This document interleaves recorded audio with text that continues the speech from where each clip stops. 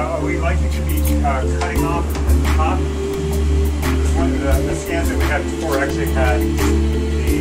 This is the closest we can go. We'll start there. Once you get to that part, that's awesome.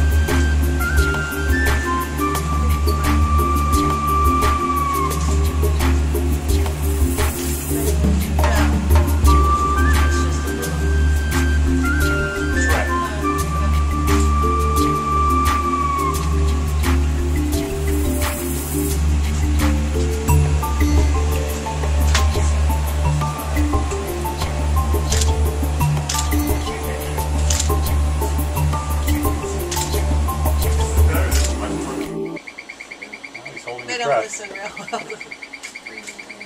One of the things, could you guys hear us talking in there?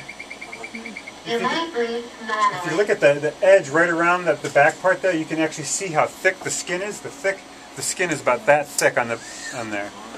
So we used to talk about animals called tachyderms, which actually means heavy skin, and that actually included rhinos and also elephants and hippos to a certain extent as well. And so it turns out that's not a real animal group. They're not related to each other closely at all, but they definitely all have heavy skin. They're all pachyderms.